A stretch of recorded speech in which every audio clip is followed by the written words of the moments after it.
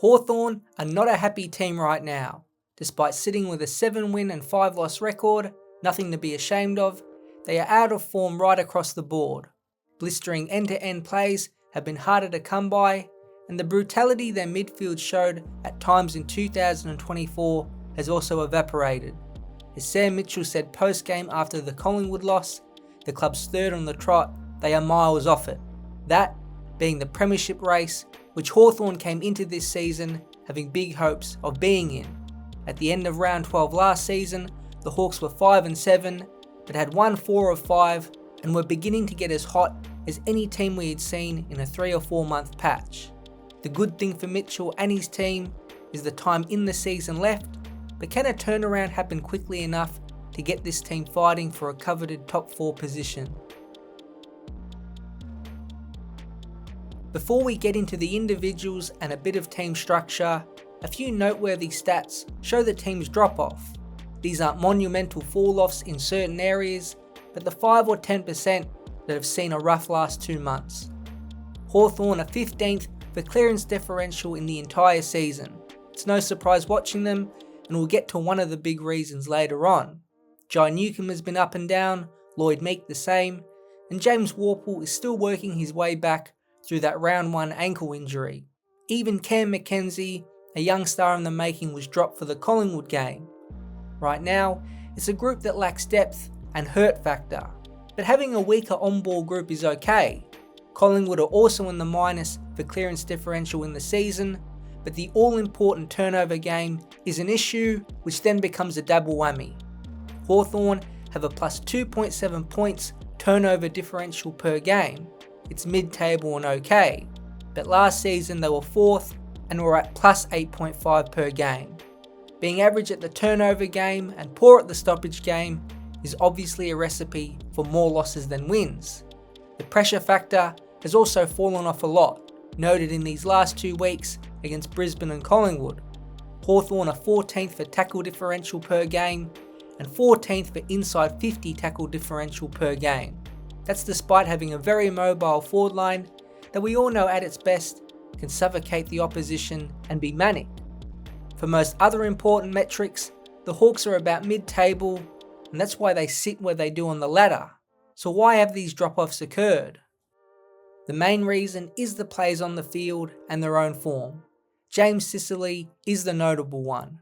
Rumours of a groin injury nagging him look to be true when watching him on the field. He just hasn't had a small drop-off in form, but he has plummeted. Clearly something is bothering him. His 8.89 player rating is the worst since his 2017 season, where he played as a forward, and every metric besides intercepting is well down. Disposals, kicking efficiency, meters gained, and turnovers are all red compared to last season. Surely if he is carrying something, it's time to give him a rest, because he isn't helping the Hawks right now. He was moved forward against the Pies again, and in total had just 6 disposals. He looks frustrated and out of sorts. The other interesting discussion is with Josh Battle and Tom Barrass. Both individually have performed great, but what is the overall effect on the team? Do their own abilities to intercept affect Sicily and minimise his own strengths? Both have caused Weddle and Hardwick to move up forward as well in games and unsettled them a touch, and Jack Scrimshaw is the other one who has dropped off. A big concussion against Essendon, no doubt having an impact on his form as well. But it is a much taller backline at times than 2024's, and although the two Bs individually have played well, it might actually be coming at a cost of their overall team defence, and more importantly, their ability to run and gun out of D50, which was one of their trademarks in 2024. Talking about that run and gun, the Fantastic Four in the front half often finished off those plays. Not so much in 2025. Dylan Moore, Jack Ginnivan, Connor McDonald and Nick Watson were one of the best high half forward and small forward groups in the competition. Moore and McDonald's player ratings have fallen over 2 points, Nick Watson's is slightly up by 0.7 and Ginnivan's is about the same. However, his overall rating was heavily boosted by that 31 disposal and 3 goal game on Friday. He was even dropped earlier in the season for the Easter Monday clash against Geelong. Watson and Ginnivan are averaging the same amount of goals per game, while Moore and McDonald are both averaging less than a goal per game. Again, the four haven't had huge drop-offs, but as a collective, the small decreases in production individually have added up in the forward half. The swagger they carry the team with has also dwindled with that. It was important in the early part of the season these four were on song, as we know Mabior Chol can produce the brilliant or be missing in action.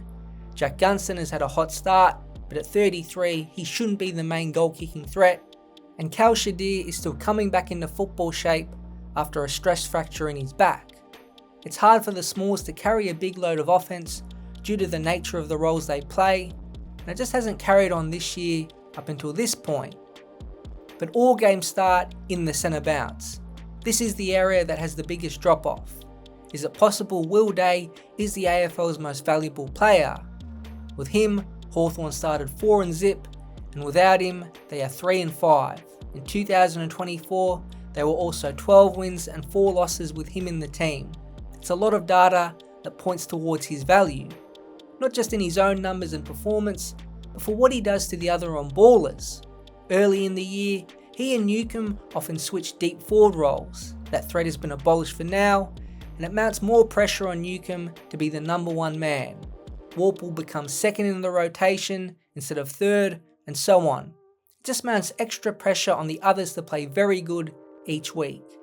Day is expected to miss most of the home and away season, so it's a problem that just isn't in the present, but the near future too.